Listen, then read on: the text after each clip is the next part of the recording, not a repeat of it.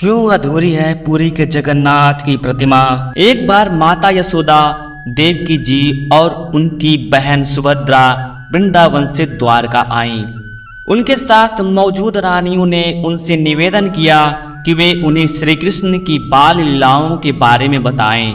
इस बात पर माता यशोदा और देवकी उन रानियों को लीलाएं सुनाने के लिए राजी हो गईं। उनकी बातों को कान्हा और बलराम सुन ना ले, इसलिए माता देवकी की बहन सुभद्रा बाहर दरवाजे पर पहरा देने लगी। माता यशोदा ने कृष्ण की लीलाओं की गाथा आरंभ की और जैसे जैसे वो बोलती चली गईं, सब उनकी बातों में मग्न होते गए। खुद सुभद्रा भी पहरा देने का ख्याल भूलकर उनकी बातें सुनने लगी।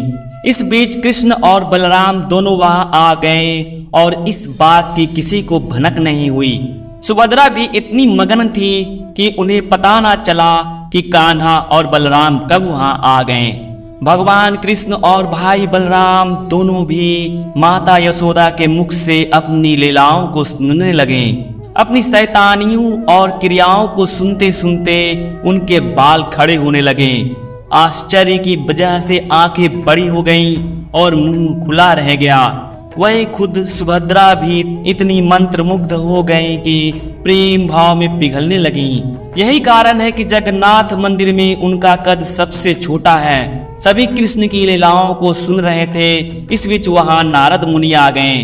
नारद जी सबके हाव भाव देखने लगे ही थे कि सबको एहसास हुआ कि कोई आ गया है। इस वजह से कृष्ण लीला का पाठ यही रुक गया। नारद जी ने कृष्ण जी के उस मन को मोह लेने वाले अवतार को देखकर कहा कि वाह प्रभु, आप कितने सुंदर लग रहे हैं। आप इस रूप में अवतार कब लेंगे। उस वक्त कृष्ण जी ने कहा कि वह कलयुग में ऐसा अवतार लेंगे। वादे के अनुसार कलयुग में श्री कृष्ण ने राजा इंद्रद्युम्न के सपने में आए और उनसे कहा कि वह पूरी की दरिया किनारे एक पेड़ के तने में उनका विग्रह बनवाएं और बाद में उसे मंदिर में स्थापित करा दें। श्री कृष्ण के आदेशानुसार राजा ने इस काम के लिए काबिल बढ़ई की तलाश शुरू कर दी। कुछ दिनों में एक बूढ़ा ब्राह्मण उन्हें मिला और उस विग्रह को बनाने की इच्छा जाहिर की। लेकिन इस ब्राह्मण ने राजा के सामने एक शर्त रखी कि वह इस विग्रह को बंद कमरे में ही बनाएगा और उसके काम करते समय कोई भी कमरे का दरवाजा नहीं खोलेगा, नहीं तो वह काम अधूरा छोड़कर चला जाएगा। शुरुआत में काम की आवाज आई, लेकिन कुछ दिनों के बाद उस कमरे से आवाज आना बंद हो गई। राजा सोच में पड़ गया कि वह दरवाजा खोल के एक बार देखे या नहीं, कहीं उस बूढ़े ब्राह्मण को कुछ हो ना गया हो। इस चिंता में राजा ने एक दिन उस कमरे का दरवाजा खोल दिया। दरवाजा खुलते ही उसे सामने अधूरा विग्रह मिला और ब्राह्मण गायब था। तब उसे एहसास हुआ कि ब्राह्मण और कोई नहीं बल्कि खुद विश्वकर्मा थे। शर्त के खिलाफ जाकर दरवाजा खोलने से वह चले गए।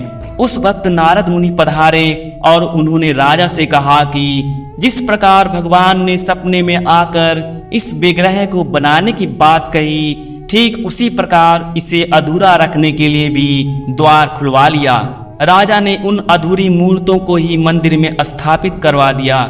यही कारण है कि जगन्नाथपुरी की मंदिर में कोई पत्थर या फिर अन्य धातु की मूर्ति नहीं, बल्कि पेड़ के तने को इस्तेमाल करके बनाई गई मूर्त की पूजा की जाती है। इस मंदिर के गर्भगृह में श्री कृष्ण, सुभद्रा एवं बलराम की मूर्ति विराजमान है। कहा जाता है कि माता सुभद्रा को अपने मायके द्वारिका से बहुत प्रेम था, इसलिए उनकी इस इच्छा को पूरा करने के लिए श्री कृष्ण, बलराम और सुभद्रा जी ने अलग रथों में बैठकर द्वारिका का भ्रमण किया था। तब से आज तक पुरी में हर वर्ष रथ यात्रा निकाली जाती है। तो दोस्तों, आपको भगवान जगन्नाथ की अधूरी प्रतिमा के बारे में पौराणिक कथा की जानकारी हो गई है।